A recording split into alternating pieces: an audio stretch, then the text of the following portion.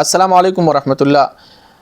د پنجاب یو ایم پی ای دا حنا پرویز بټ چې بار بار د مولانا صاحب بیان نه بعد پاغي باندې الزامات کردار کشي کې لګیدلې ده. پته نه لګي چې ټاسک ورته چا طرفه ملاو شوی دی، پنجاب حکومت د طرفه ملاو شوی دی کنه ته بارنه ملاو شوی دی. به هر حال پکار خداوا چې د نون لیگ سمره ایم پی ایس دی، ایم ان ایس دی، ارکان دی، دوی خو په خپل باندې ګټه خو د بالکل چپ پاتې وي. د مولانا صاحب په حق باندې بالکل سنویلې دا غي وجه داوا چې 2018 نه بعد خو نون لیگ والا او دا غي پارټي خزان بالکل یعنی ختم غنل او چې یاره مونږ ختم یو پارټي ختمه ده. خو چې کله مولانا صاحب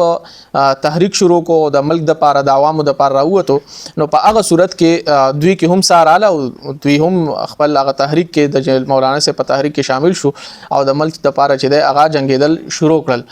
په سخت وخت کې چې کله 2018 19 20 21 په دغه کې په مولانا صاحب باندې کله دغه الزامات لګیدل دا اوس چې لګي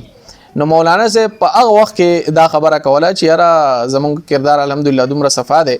او مونږ دومره مطمئن یو چې یاره د چا جرأت نشي کېدی چې زمونږ خلاف چې صرف مقدمه درج کی او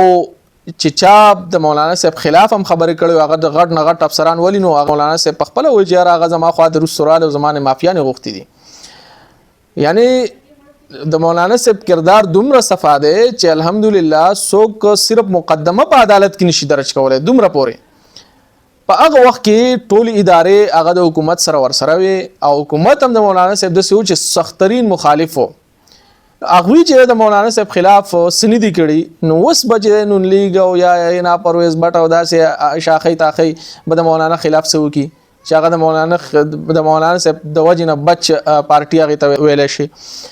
نو لہذا دا سه کردار کشي کول او کم احسانات چې چا کړي هغه فراموش کول نو دا د اخلاقیاتم خلاف دي او د دینی اقدار هم خلاف دي. لہذا په دی باندې نو لیگ والا سوچ کول پکار دي چې قبیل فرض مونږه دا سی چې دغه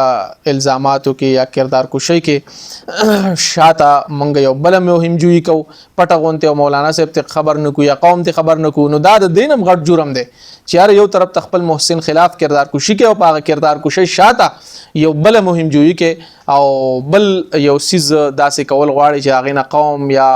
مشران ته نه خبره نو دا ډیره نامناسبه خبره ده او د وجنه ملک ته فائدہ نه رسی بلکې نقصان رسی. دا سینه د چې ته را لګي او ساکم مخالف چې د اپوزیشن والا هغه ته چې راز ټول کرش کم او ختمې کما نو دا سینه شي کېده